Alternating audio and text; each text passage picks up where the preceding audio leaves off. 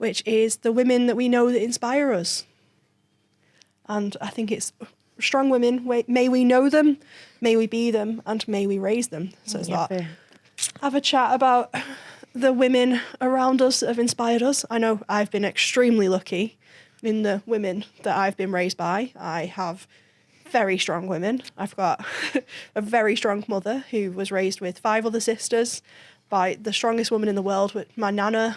And then my dad's mum was also a very strong woman who raised 2 daughters and 3 nightmare sons.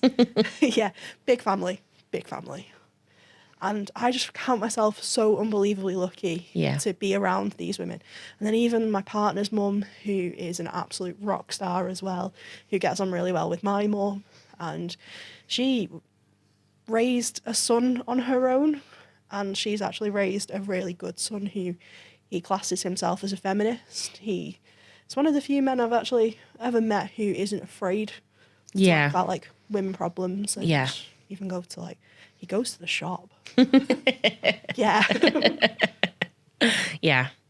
I think it's really important, especially with men or raising boys to instill that we're all equal. I don't think, just because you're raising a boy that you don't have to be a feminist or teach them feminist ways. I think it's really important to teach respect, but it goes both ways. Like girls respect yourselves and men and boys respect and women. Themselves. Well. But the women I've been around, again, just so unbelievably lucky. I've also worked with some, you've mentioned colleagues. I've had, working in tech, I've actually had some really inspirational colleagues. A former colleague of mine, not mentioning her by name because she will kill me, but she's the one who pushed me to have more of a voice and more of an opinion and to start speaking up on things. And if I didn't like how something was, to just stop taking it and just stop going with the flow. And she taught me a lot. It's amazing how much a bit of self-belief can, really push you, isn't it? Yeah. So I'm going to pass it onto the floor of women who have inspired you too as well. Shall I go? Yeah. So similar to you, I'm going to probably pull a few members of my family out. So my nana, she's 90 next year. She's 89. Very, very, very close with her. She's had a hard life, unfortunately, a very hard life when I look back on everything that's happened to her. And I think she's taught me resilience. She's taught me to be kind, to be humble, that you've got to work hard, that things don't always go your way. And then I think my own mum, she's taught me that, she's instilled in me, you have to work very, very, very hard. And she's instilled in me to be, don't expect things from others. From a young age, she was like, you need to make sure you've got yourself a real good job. You need to make sure you've got a car, you can get yourself around. You can't rely on other people. Self-reliance. Yeah. Yeah. And, you don't really think about it at the time. And I found her to be, I remember as soon as I left school, she was like, right, we're writing you a CV and we're doing this and we're doing that. But actually, what she's done for me has been immense because she's really just pushed me and given me help that some people just don't get. No. It really affects them. Mine made me learn how to wire a plug. Yeah. That's amazing, isn't it? I don't know how to wire a plug, embarrassingly. No. Yeah, my mum, in my house, my mum does the DIY. In my family, my dad can't be trusted. So my mum is the one who she could do like the plug wiring and changing the light bulbs and Yeah. That's brilliant. She's like 5'0" as well. She's a teeny little lady. So was my nana, again. They're all, I don't know how I'm so tall. they are all tiny. My grandparents, again, my nana and my grandma, they definitely taught me resilience as well. My grandma passed away during COVID when she was 99. Didn't quite make it to 100, but we lost my grandpa kind of 20 years ago. So she had 20 years of living on her own. But prior to that, she left home when she was 14 because she didn't like a stepmom. She made her way in the world. She looked after her little sister. She's just very, very, very stubborn. All the way up until 99, she was just stubborn. But she was so proud of me and my cousin. We both have girls. My whole family are girls. And she just instilled in us just self-reliance and independence are really important. So Nanas are important. the MVP. Yeah, They clearly are. They're, yeah, Mine passed away on her 90th birthday just last year. And That's amazing. It was going to be on her own terms. Yeah. But yeah, she was a fighter right to the end. Yeah. Check her out. Shall we do a professional one? Because we've all had quite personal ones there, haven't we? Just thought of someone from last year. We do a lot of workshops and things like that at the Grove Company to help with businesses. And I was studying some theory on organisational change management. It's going to get more interesting, honestly. And I've just been through a course. And I was fascinated by it. So well, one of the theories we looked at was the change curve, which you'll probably be familiar with. It's that curve that you see where it starts with denial, anger, it goes into acceptance, and it's sort of the curve of what you go through. And it's actually the grief curve, but it's been adapted because it's used as a business tool, because it was found that actually when you are going through the emotions of grief and loss, you react the same as when you're going through a real great change at work. But the lady that discovered this was called Elizabeth Kubler-Ross, and it was in the 1960s, and she was a psychologist, and she realised that how the medical staff were treating terminally ill patients was really quite awful. They were just being so heavily sedated so that they weren't really causing any issue. They were being ignored. They were frightened, but they were just literally, it was just awful. And she made it her life's work to study what it feels like to, have that terminal news for the patient and for their wider families as well, to support and help them. And something that she did, when she went to study this, she went into the hospital, went to the top floor and said, I'm studying terminal patients. I need to know which patients you've got. And the head nurse said, oh, there's nobody on my ward. So she went, okay. Went to the second floor. There's nobody on my ward. She got to the bottom of the hospital, and every single nurse in the hospital had said that they didn't have a terminal patient. And this is your denial. They didn't want to accept it. They didn't want to deal with it. And that really got her, started in her work around why are they at this denial stage? And then it got through the whole anger, denial, and then eventually acceptance. The work she's done is still used today, and it's really helped people that are dealing with loss, etc. And I just think, how one woman, and she faced so much sort of adversity. She did this in the 60s as well. Yeah. I just think she was amazing for sticking by, for having that compassion and humanity to go, I'm witnessing something that millions of people witnessed for years and years and years, and nobody did anything about it. And she stood up. What a woman. Yeah. So, yeah. And said, this is not right. This needs to change. Yeah. Absolutely. Yeah. So, yeah, she definitely inspired. My husband was sick of hearing about her last year. Mine's Baroness Hale, female president of the Supreme Court. Obviously, I've picked someone from the legal field. She came through as a barrister when women weren't in that field. Not only that, she's a working class woman who, even when I was going through a law degree, there weren't that many working class people doing it. Yeah. My accent did not fit in at all doing the law degree. But she did it. She had a Leeds accent, which is even stronger than mine. And yeah, she got her way to the top of the legal profession in the UK. And I've always been a complete and utter fan of hers. And then she's made some amazing legal decisions that have had far-reaching impacts on all of us, and obviously recently, but let's not get into politics. But yeah, I even have a T-shirt that has her spider brooch on it, because absolute hero, and I think she's absolutely... She has an amazing collection of brooches. Yes. Yep. Do you know what? Let's bring back brooches. Yep. They were back. Are they? Yeah. I've not seen them. I think that's where I want to be in life, is a collection of brooches. But my grandparents used to make, my grandma mainly used to be a jewellery maker. Oh. So in South Wales, and we've got loads of Attwood and Sawyer jewellery, and they have a large collection of brooches. So I might start sporting they're costume jewellery. It's like dolphins and tigers and I want to wear a very bejeweled glittery. spider. So Yeah, I'll see what I can find. yeah, find me a bejeweled spider and that will make my absolute life. And and I just think, again, inspiration of starting off and then getting to the absolute top of your profession against everything. And then when your profession can have such a massive impact on not just the UK, because if you're the president of the Supreme Court, then our legal system impacts that of the Commonwealth as well. Yeah. So it's absolutely fantastic, and I could talk about it forever. So I could talk about all of my favourite judges, but let's move on.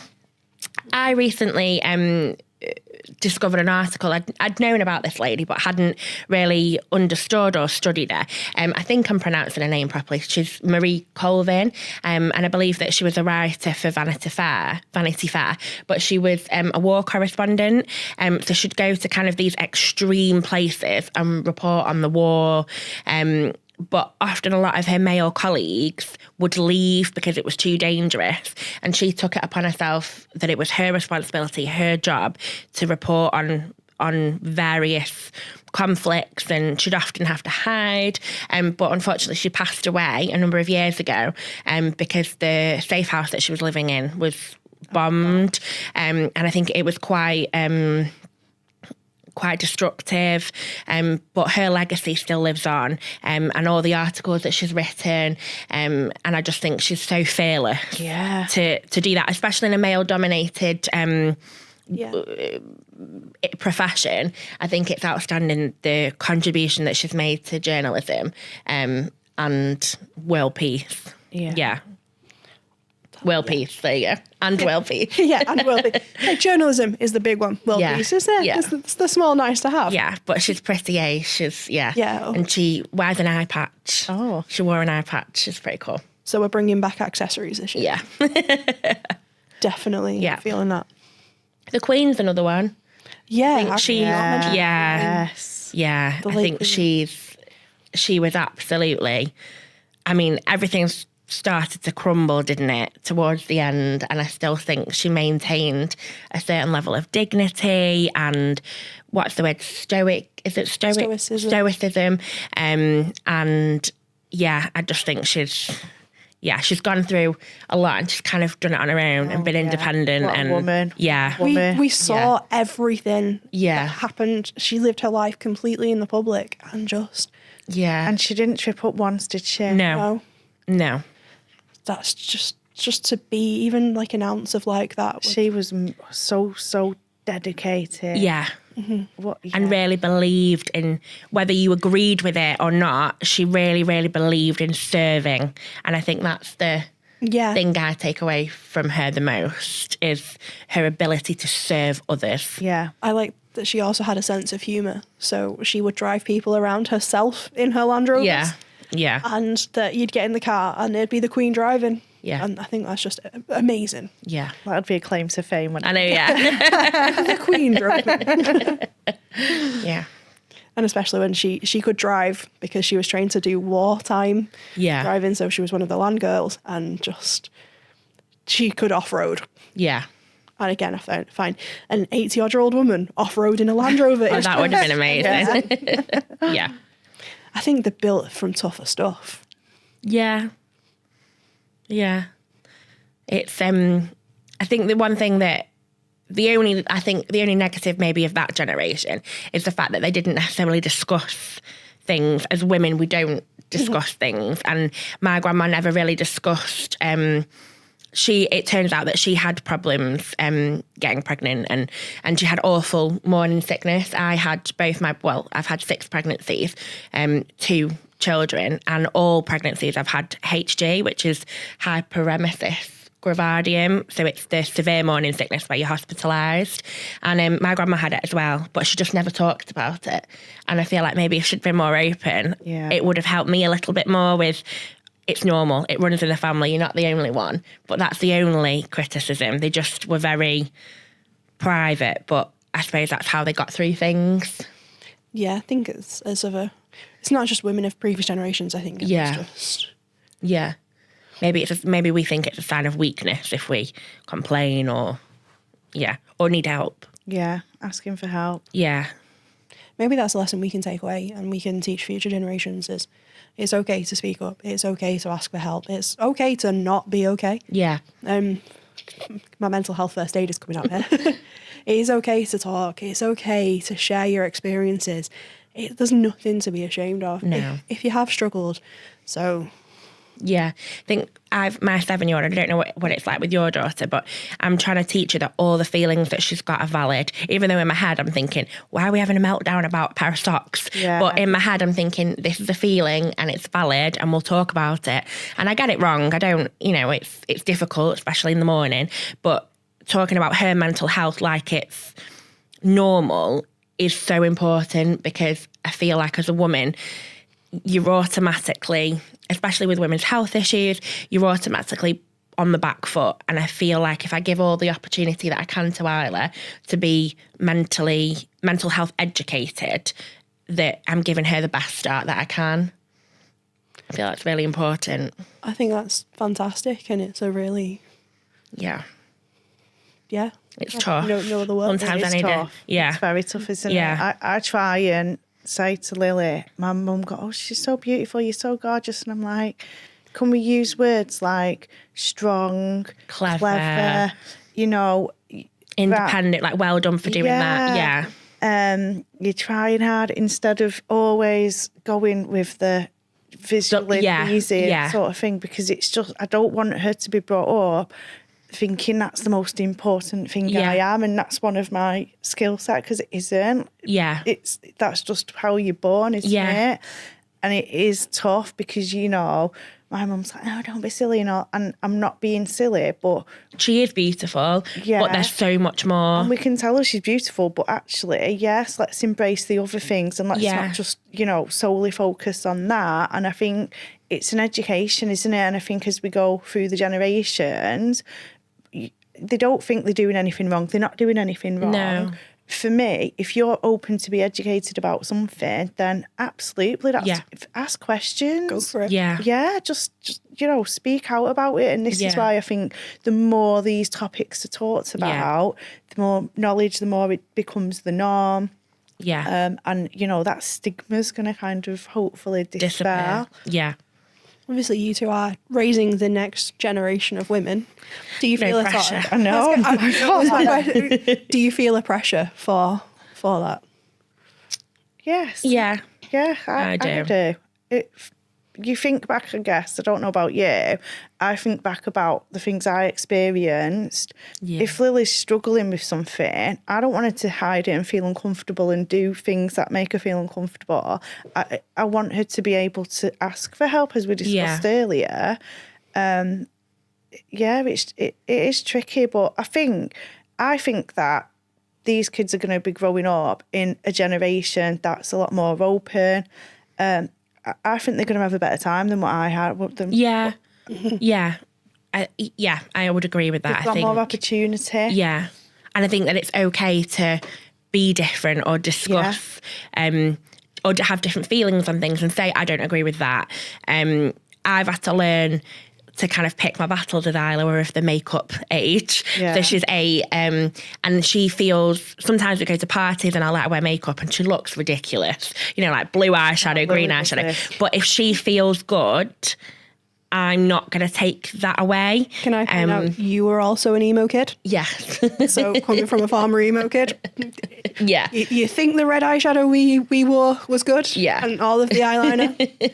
And some of her outfit choices are very questionable. But if that's if she feels herself and she feels confident, I am not, because one comment could knock that confidence that she's got. So it's my job to build her up, even if I need to keep my comments to myself, as long as it's not inappropriate. That's what she's so doing. Creative. She just needs to, I need to let her be herself. That's so creative is a really nice compliment. That's brilliant. Yeah. It's not an insult. It's not, oh my God, I love it. Please wear it more often. That's a really creative choice that you've made today. Well done on being creative. Yeah.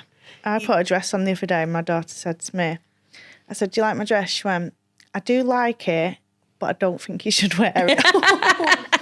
Oh, burn. Okay. But she's feeling. Well, I feel like there was some emotional intelligence there. Yeah, Wasn't there? yeah. She didn't want to hurt your feelings. Did you wear it though? No. Couldn't get it off quick enough. Soul destroying. Yeah.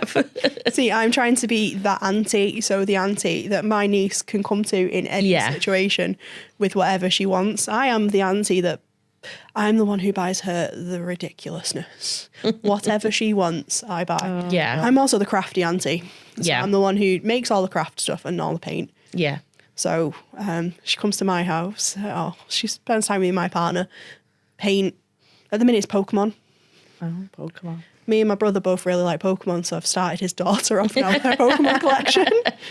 So yeah, she got her first last week when I took her to Smith's. Yeah. So she picked her starter Pokemon, and I'm very proud that she picked the same one as me, not the same one as her dad. Even from such a young age, it's about giving them the confidence to make their own decisions, whether it's just a Pokemon toy or, you know, and it's about them learning that actions do have consequences or like decisions have consequences, but it's giving them the confidence and the ability to make their own decisions, which I feel is so important. Even from a 2-year-old, you know, you've chosen to wear that. Okay. It's your choice. And I think that's so important because you're giving them the strength to be able to, you know, it might just be a pair of wellies or a pair of socks or a dress, but as they get older, if you've given them the ability that they don't doubt themselves and that they are decisive, I think that's really important. I think it's a really good lesson. And Yeah. Yeah, you Ask me when they're 16 and I've got grey hair and I drink a lot of gin, I might disagree. So it's at that point when you raised strong, independent women. And then I regret And then it. you realise you Yes. raised strong, independent women who have an opinion. Yeah, my poor partner. My nana always used to say, there's a lot of, my nana had 9 children and lots of grandchildren. Yeah. But she always said, it's not the men in our family. The men were all the big strong ones. It's the women that you need to be afraid of. Yeah. I still am. I think that's great, honestly. I think, yeah, you have, I mean, I do feel sorry for some of the men in my family sometimes because I am opinionated, overbearing, strong. And I think outwardly looking, it probably looks like I wear the trousers in our relationship, but I don't. I think I've had to fight for so long to get where I am that I just don't know when to stop fighting. I just, constantly. I actually want to take a moment to acknowledge that sometimes when it comes to feminism, we do need to appreciate like when men do try really hard. So like I've got a brother, he's a manager in car sales. So as you can imagine, that's Male dominated. So I've had some really, really horrendous experiences of insensitivity when it comes to questions asked around women's health problems. Since he's seen what I went through, he's made it his mission to now fight from himself. So if he has a female member of staff who's got any sort of problem, he says, I'm not going to ask you. You can tell me. You're the judge of if you're okay right now. I'm not going to question it. Like, you're a grown up. Tell me. But he has had to fight up to like his managing director level to say, I'm not asking that question. Would you be happy to be asked that question if you were in her circumstance? That's done. You're never going to be in that situation. And he's taken that time to acknowledge that he's not going to be in that situation. But yeah, he'd seen the stuff and he was like, he does use me by name. Could you stop mentioning my name? These people don't know me. Yeah. they think that I'm fighting them. But no, he's actually taking it. I love that. I think that's great. Yeah. There is this stigma about the word feminist, isn't there?